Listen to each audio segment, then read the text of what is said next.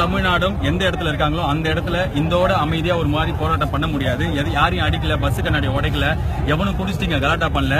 இருக்கிற ஒவ்வொரு பசங்களும் தெளிவா இருக்காங்க, என்ன வேணுங்கிறதுல இருக்காங்க. நான் இங்க எதுக்கு வந்தேன்னா ஒரே ஒரு விஷயம் தான், ஜல்லிக்கட்டு தமிழ்நாட்டோட கலாச்சாரத்தோட அடையாளம்னா இன்னைக்கு நடக்கிற இப்ப 4-5 நாளா நடந்துட்டு இருக்கிற போராட்டம் நம்ம எல்லாரோட ஒற்றுமையோட அடையாளம்.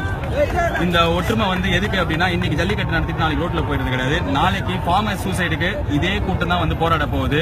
காலேஜ் ஃபீஸ் அதிகமா கேட்டானுங்கன்னா இதே கூட்டம் தான் போராடும். இனிமே எங்களை யாரும் ஏமாத்த முடியாது. ஏமாத்தினீங்கன்னா நாங்க எங்களுக்காக கேள்வி கேட்க ரோட்டுக்கு வருவோம். இந்த ஏமாத்துறது சென்ட்ரல் கவர்மெண்ட் மத்த ஊர்ல இருக்கிறவங்க கிடையாது. இந்த ஊர்ல இருக்கிறவங்க எந்த ஊர்ல இருக்கிறவங்களாலும் தமிழ்நாட்டு மக்களை இதுக்கப்புறம் ஏமாத்த முடியாது. ஏமாத்தினா மக்களாகிய நாங்க எங்களுக்கு கேள்வி கேட்டுப்போம். எங்களால அடுத்தவங்களுக்கு உதவுறதுக்கு ரோட்ல ஹெல்ப்பும் பண்ண முடியும்.